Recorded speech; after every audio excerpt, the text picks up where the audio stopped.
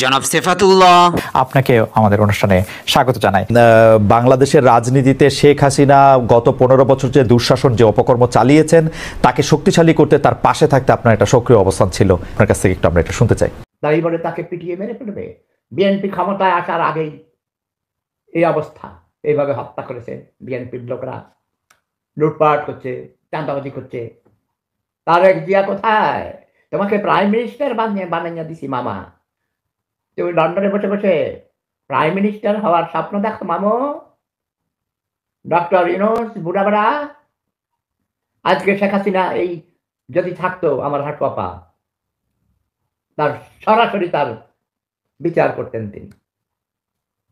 আমার বোনের বাসায় ডাকাতি হয়েছিল, আমি খবর পাঠিয়েছিলাম হাঁটু আপাকে যেই কোনোভাবে।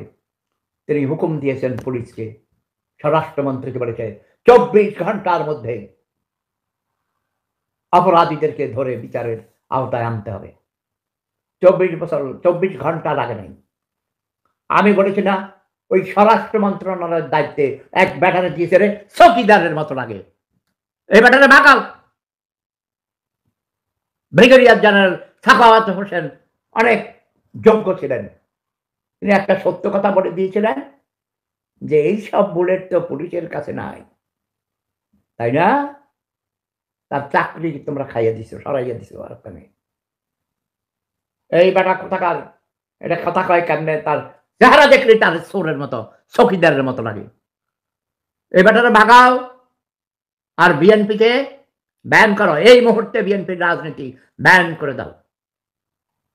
আমার হাঁটু আপাকে আমি আবার বাংলার সিংহাসনে অধিষ্ঠিত করব।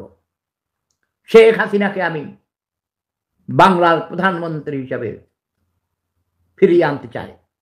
শেখ হাসিনাই বাংলাদেশের বৈধ প্রধানমন্ত্রী। হাঁটু আপার উপর আমার অনেক ক্ষোভ, জিদ আছে, যে জন্য তাকে আমি শব্দ বোমা মেরেছি, কিন্তু তাকে আমি ভালোবাসি। প্রিয় দর্শক, আজকের এই টকশোটি ঐতিহাসিক একটি টকশো হতে যাচ্ছে, কারণ আজকে আমাদের মাঝে আছে সেফাতুল্লাহ সেফুদা এবং আছেন খালেদ মহিউদ্দিন সাহেব এবং আরও আছেন তারেক রহমান এবং হাসনাত আবদুল্লাহ। তো আজকের লাইভটি এতটাই জটিল হতে যাচ্ছে, কারণ আজকের লাইভে কথা বলবেন সেফাতুল্লাহ সেফুদা। আপনারা অনেকেই কমেন্ট বক্সে কমেন্ট করে একদম উড়োই ফেলেছেন যে সেফাতুল্লাহ সেফুদাকে নিয়ে একটা লাইভ করেন ভাই, একটা সেফাতুল্লাহ সেফুদাকে নিয়ে লাইভ করেন ভাই। সেফাতুল্লাহ সেফুদার ভক্ত বাংলাদেশে আসলেই প্রচুর পরিমাণ ভক্ত। দাদুর সাথে আজকে আমরা কথা বলবো, দাদুর বক্তব্য শুনবো। দাদু, আপনাকে অনেক অনেক ধন্যবাদ আমাদের মাঝে উপস্থিত হওয়ার জন্য, আমাদেরকে একটু সময় দেওয়ার জন্য। প্রিয় দর্শক, আপনাদেরকে বলে রাখি, দাদু বর্তমান রাজনৈতিক প্রেক্ষাপট এবং হাসনাত আবদুল্লাহ এবং তারেক রহমানের বিষয়ে কিছু কথা বলবেন। সেফাতুল্লাহ সেফুদা দাদুকে একটু বলতে চাই যে আপনার গালিটা একটু কম করে দিবেন। মদ খান ভালো কথা, কিন্তু গালি দিয়েন না। প্রিয় দর্শক, আপনাদেরকে ছোট্ট একটু অনুরোধ করবো, আমাদের এই চ্যানেলটি একদমই নতুন, আমাদের এই চ্যানেলটিতে একটি সাবস্ক্রাইব করুন, একটি লাইক দিন এবং সেফাতুল্লাহ সেফুদার বক্তব্য শুনে তারপর আপনি অবশ্যই মন্তব্য করবেন কমেন্ট বক্সে। সেফাতুল্লাহ সেফুদা দাদুকে অনুরোধ করব, আপনার বক্তব্য শুরু করেন। তোর পায়ের নিচে মাটি নাই, তোর কথা কেউ শুনে? সেনাবাহিনী নিয়ে গেছস, পারছস, তারপরে তো লাত্তিটা খাইয়া ওই যে হাসনাত আবদুল্লাহ, রে সারা দেবিদ্দারের সারা আমার পালাইছত কিল্লাই? হ্যাঁ, সেনাবাহিনীর ট্যাঙ্কের ভিতরে যাইয়া লুকাইছস। লজ্জা আছে তোদের? রাজনীতি করো সব। হিস আমার জুতা মারি, তোদের জুতা মারি। হিস আমার শেমলেস টোকাই। তোদের চেহারা দেখলেই তো বমি আসে, এক একটা চোরের মতো দেখা যায়। গরিব, কোটি কোটি টাকার মালিক হইছস, হেলিকপ্টারে চালস, দামি দামি গাড়ি, দামি দামি বাড়ি। কয়টায় বিয়ে করছে দেখছি, ওই যে এখানে দাঁড়ি রাখছে একটা শয়তানের মতো চেহারা। সাবধান, জাস্ট অপেক্ষায় থাক, wait and see. Sheikh Hasina is coming. Sheikh Hasina তোদের জম।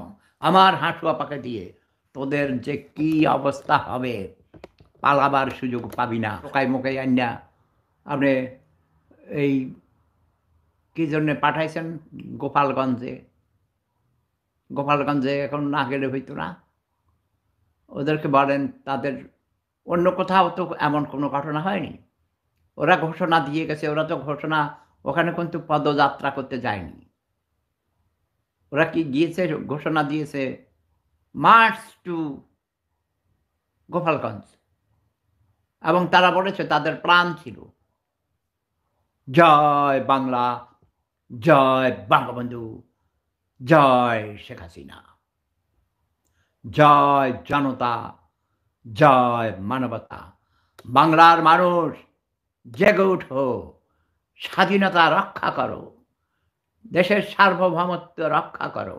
প্রিয় দর্শক, আপনাদেরকে অনেক অনেক ধন্যবাদ এতটা সময় জুড়ে ভিডিওর সাথে থাকার জন্য। এবং আমি আরও ধন্যবাদ জানাতে চাই সেফাতুল্লাহ সেফুদা দাদুকে।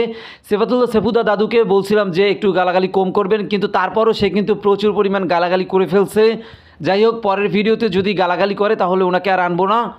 আজকের মতো এখানেই শেষ করলাম, আবার দেখা হবে নতুন কোনো ভিডিওতে। সেই পর্যন্ত ভালো থাকবেন, সুস্থ থাকবেন। যারা যারা এখনও চ্যানেলটি সাবস্ক্রাইব করেনি এখনই সাবস্ক্রাইব করে দিবেন, এবং আপনার মূল্যবান মতামত এখনই কমেন্ট বক্সে কমেন্ট করে জানান। এই ভিডিওতে যদি 50টা লাইক আসে তাহলে পরের ভিডিও খুব তাড়াতাড়ি আসবে সেফাতুল্লাহ সেফুদাদুকে নিয়ে।